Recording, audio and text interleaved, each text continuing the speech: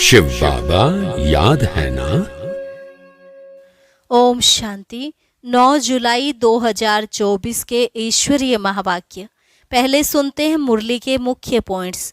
बाबा ने कहा, तुम अभी मनुष्य से देवता बन रहे हो तो सच्चे बाप के साथ अंदर बाहर सच्चा रहना है।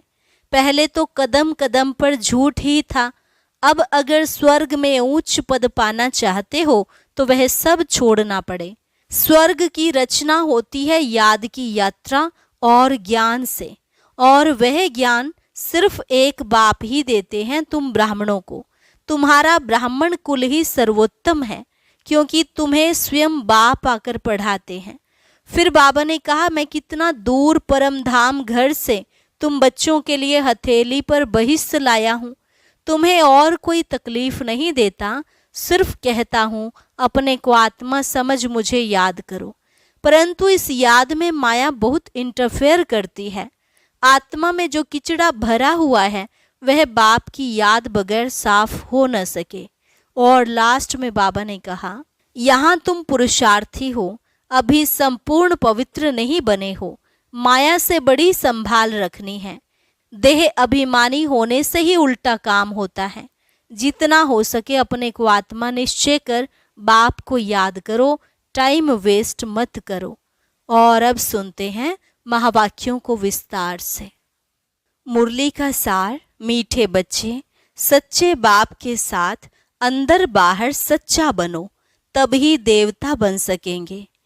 तुम ब्राह्मण ही फरिश्ता सो देवता बनते हो। प्रश्न है, इस ज्ञान को सुनने व धारण करने का अधिकारी कौन हो सकता है? उत्तर, जिसने ऑल राउंड पार्ट बजाया है, जिसने सबसे जास्ती भक्ति की है, वही ज्ञान को धारण करने में बहुत तीखे जाएंगे। ऊंच पद भी वही पाएंगे। तुम बच्चों से कोई कोई पूछते हैं, तुम शास्त्रों को नहीं मानते हो?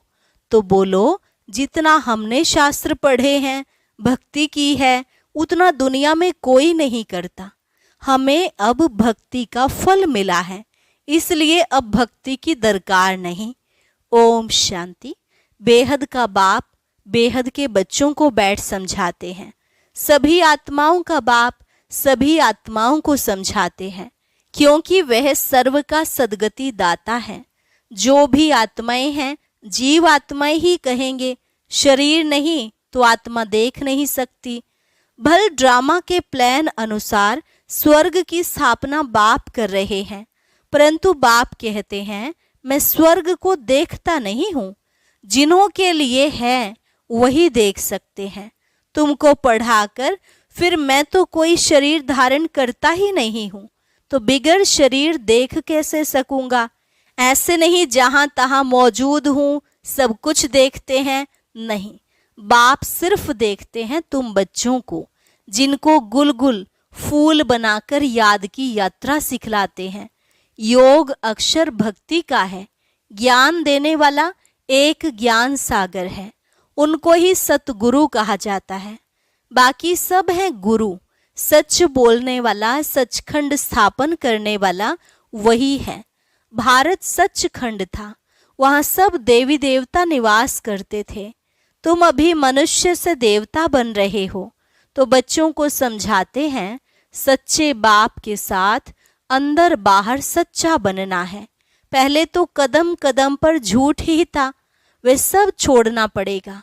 अगर स्वर्ग में उच्च पद पाना चाहते हो तो भल स्वर्ग में तो बहुत जाएंगे, परंतु बाप को जानकर भी विकर्मों को विनाश नहीं किया तो सजाएं खाकर हिसाब किताब चुकतू करना पड़ेगा।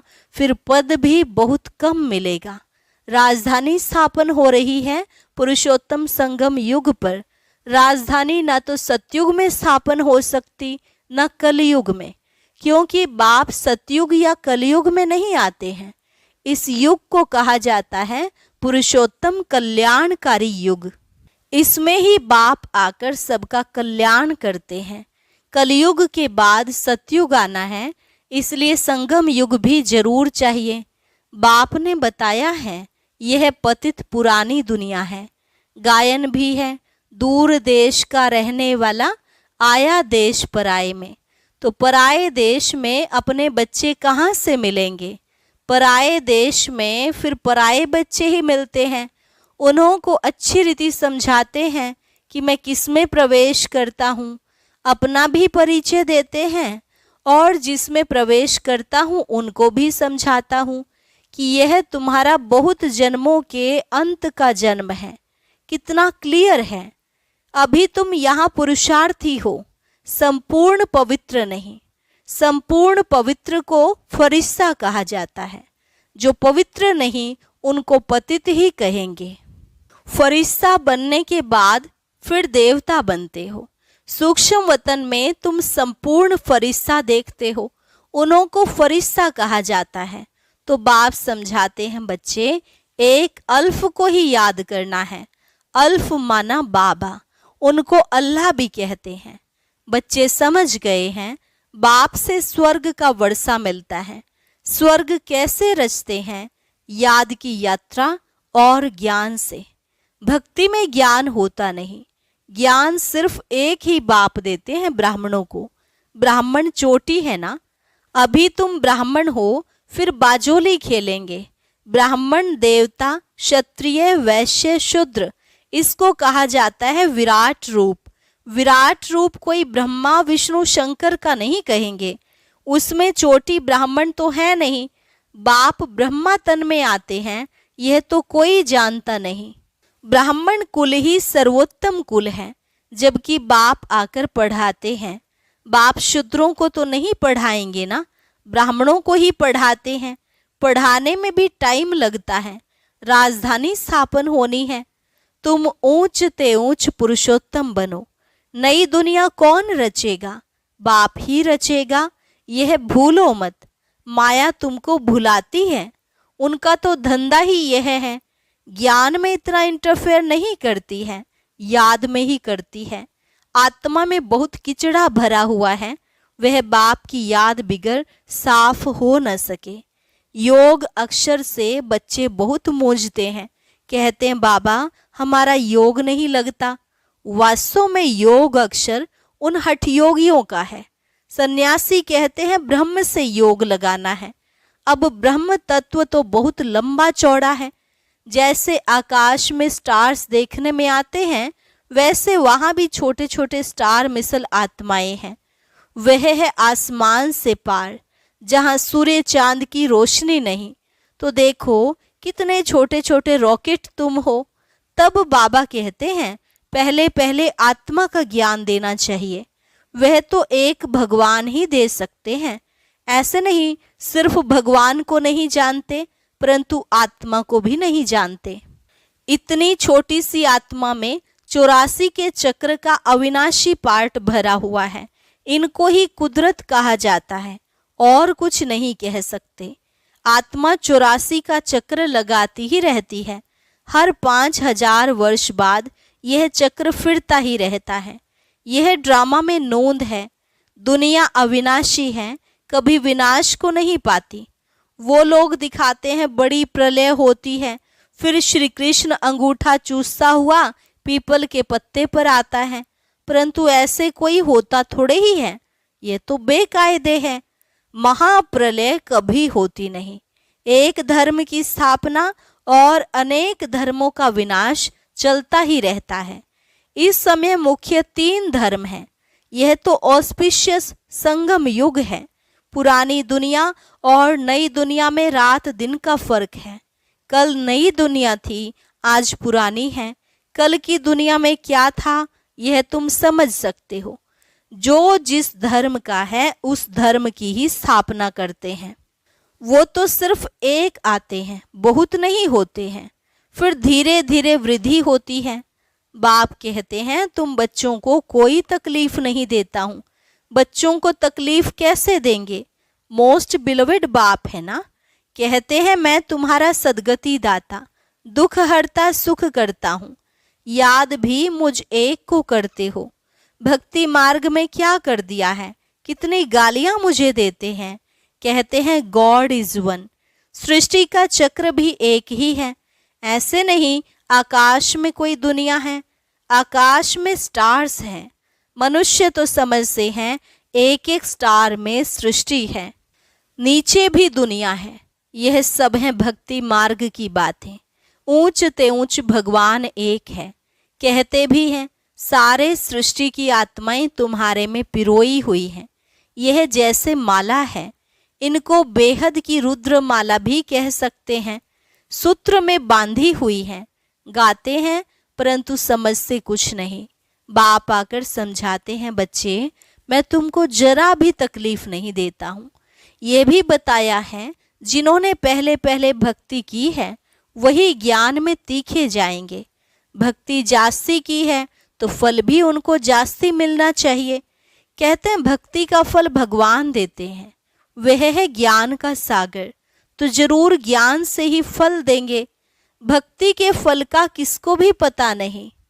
भक्ति का फल है ज्ञान, जिससे स्वर्ग का वर्षा सुख मिलता है, तो फल देते हैं, अर्थात नरकवासी से स्वर्गवासी बनाते हैं एक बाप। रावण का भी किसको पता नहीं है। कहते भी हैं यह पुरानी दुनिया है, कब से पुरानी है वह हिसाब नहीं लगा सकते हैं। बाप है मनुष्य सृष्टि रूपी झाड़ का बीज रूप, सत्य है वह कभी विनाश नहीं होता। इनको उल्टा झाड़ कहते हैं। बाप ऊपर में है, आत्माएं बाप को ऊपर देख बुलाती हैं। शरीर तो बुला नहीं सकता, आत्मा तो एक शरीर से निकल दूसरे में चली जाती है। आत्मा न घटती न बढ़ती, न कभी मृत्यु को पाती है। यह खेल बना हुआ है।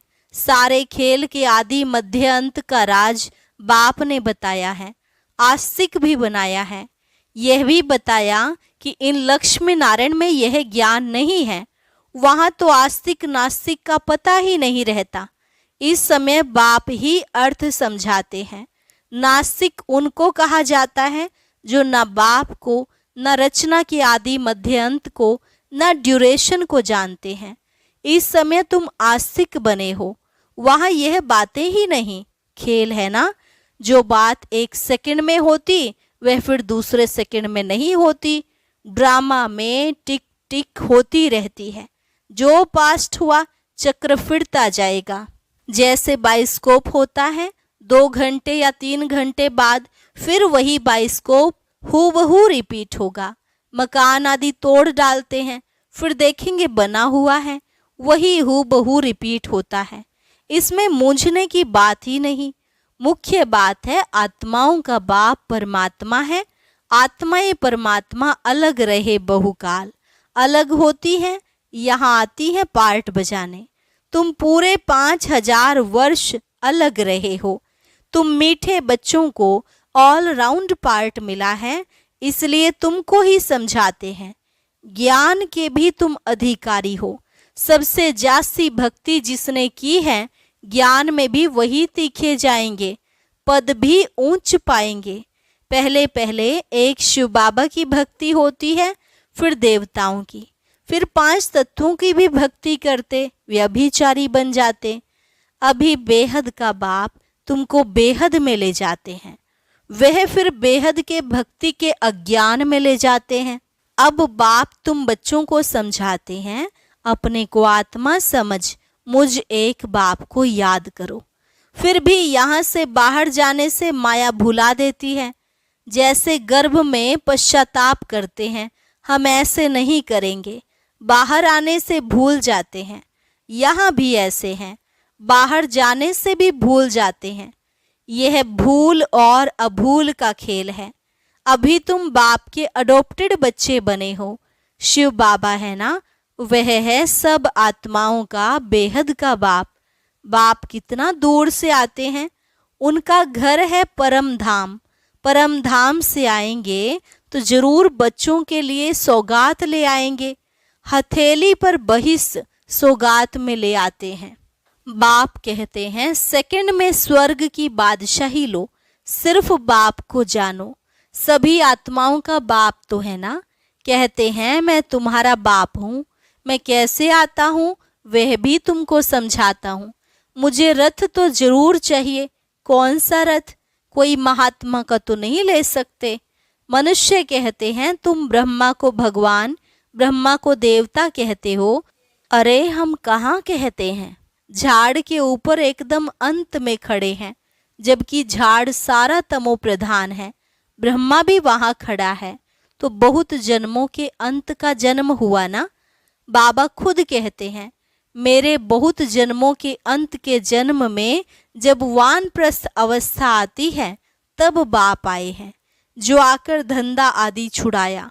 60 वर्ष के बाद मनुष्य भक्ति करते हैं भगवान से मिलने के लिए।